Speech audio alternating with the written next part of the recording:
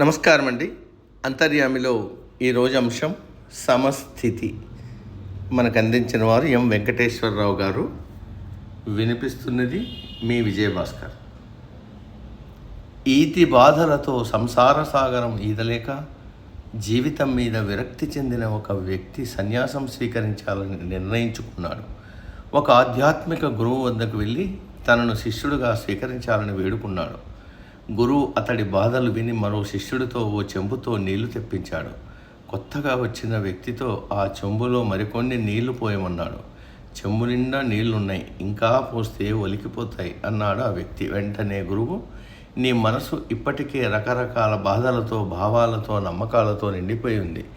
ఇప్పుడు నేను ఏమి చెప్పినా నీకు అర్థం కాదు, ముందు దాన్ని ఖాళీ చేసుకునిరా అన్నాడు చెప్పాడు.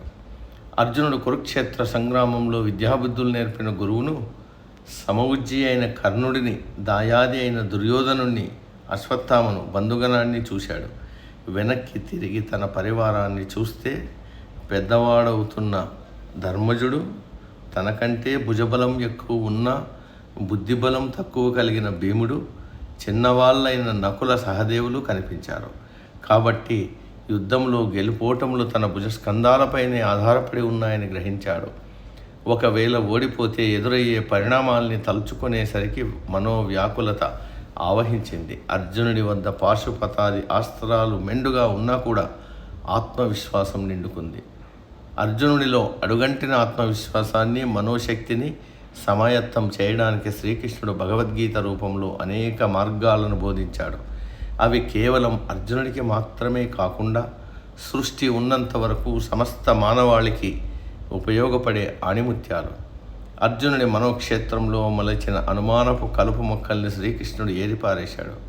అర్జునుడి మనస్సును సేద్యానికి అనువైన సుక్షేత్రంలా మార్చాడు. అందులో కర్మయోగమనే విత్తనాలను వెదజల్లాడు. ఆధునిక సమాజంలో ధనిక, పేద భేదాలు లేకుండా ప్రతి మనిషి ఏదో ఒక మనోవ్యాకులతతో బాధపడుతున్నాడు. కారణం సంతృప్తి, సమతుల్యత లోపించడమే. కోరికలు ఉండాలి, కానీ ఎంతవరకు? మనసులో ఉద్భవించే దుర్గుణాలను తిరస్కరించాలనే బుద్ధి కుశలత ఉండడం ఎంతో అవసరం. ఇవాళ మరొకరు చెబితే వినే స్థితి అటు మనిషిలోనూ ఇటు సమాజంలోనూ లోపించింది. అంతరంగంలో ఉద్భవించే ఆలోచనల అంతఃకరణమే మనసు.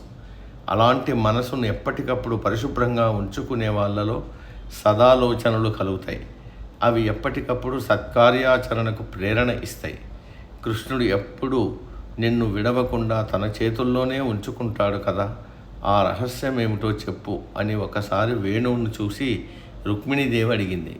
అందుకు వేణువు, నాలో శూన్యం తప్ప మరేమీ లేదు, ఏమీ లేకపోవడమే నన్ను ఆయనతోనే ఉండేలా చేసింది అంది. ఎవరైతే ప్రాపంచిక విషయాలను మనసు నుంచి పూర్తిగా తొలగించి మనసును ఖాళీగా ఉంచుకుంటారో వారు సర్వాంతర్యామికి సమస్థితిలో ఉండగలుగుతారు. సమాప్తం. సర్వే జన సుఖినో భవంతు. అందరూ బాగుండాలి, అందులో మనం ఉండాలి.